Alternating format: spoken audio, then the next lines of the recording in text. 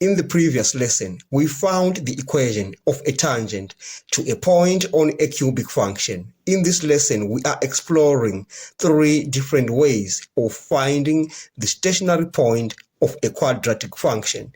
Please subscribe, like, share, and comment.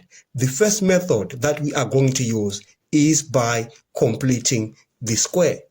Now, you realize this equation is in the form y is equal to ax squared plus bx plus c, the standard form of a quadratic function.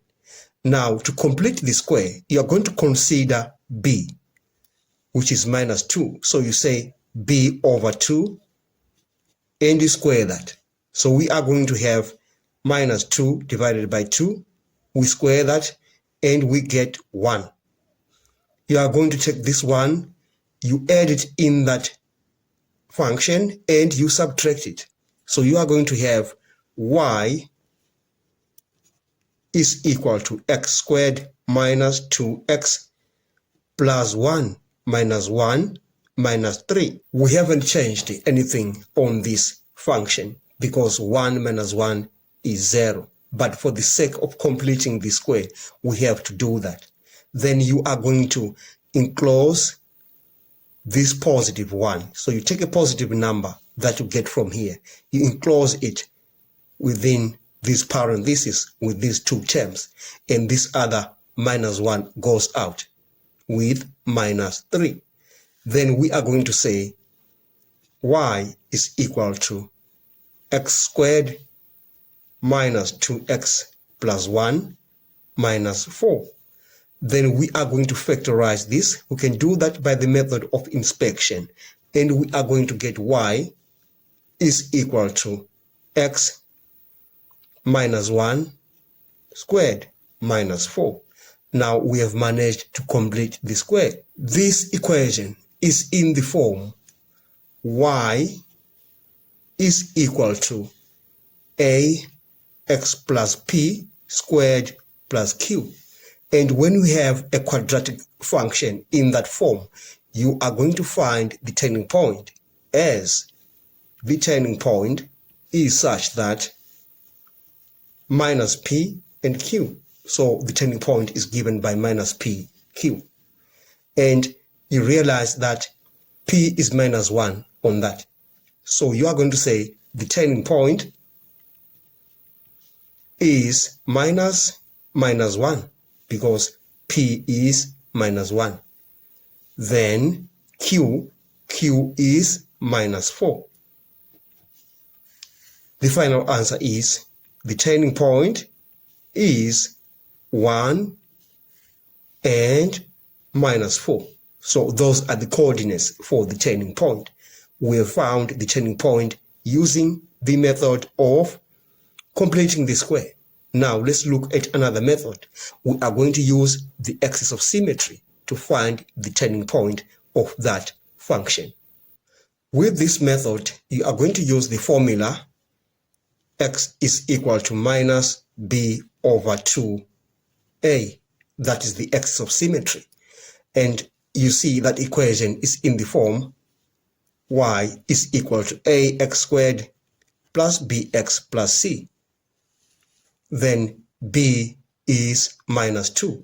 Then we can find the axis of symmetry as x is equal to minus 2 divided by 2a. A is 1.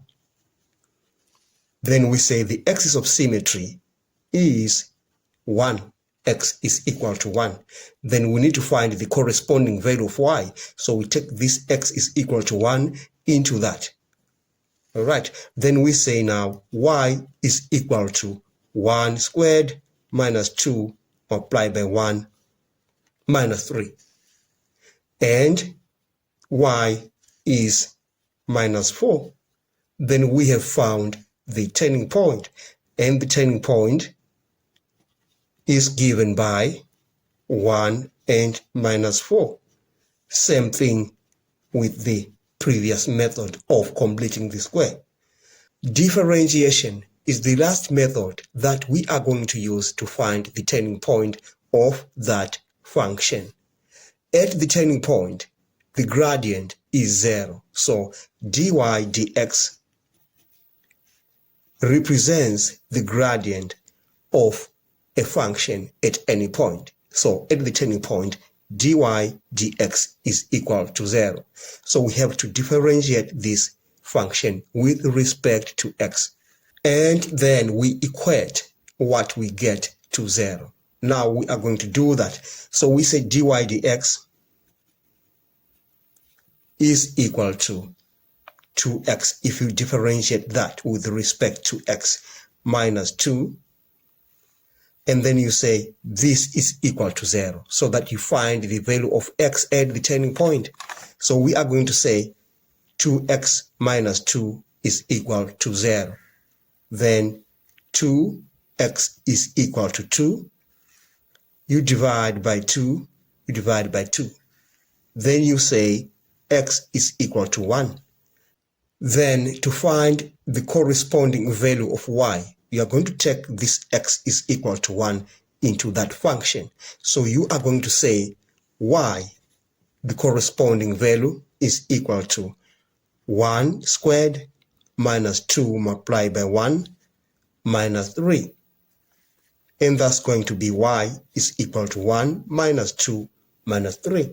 And then we get y is equal to minus 4. Then we say the turning point is given by 1 for x and minus 4 for y. We have come to the end of this lesson. Thanks for watching. Please subscribe, like, share, and comment. Enjoy your day.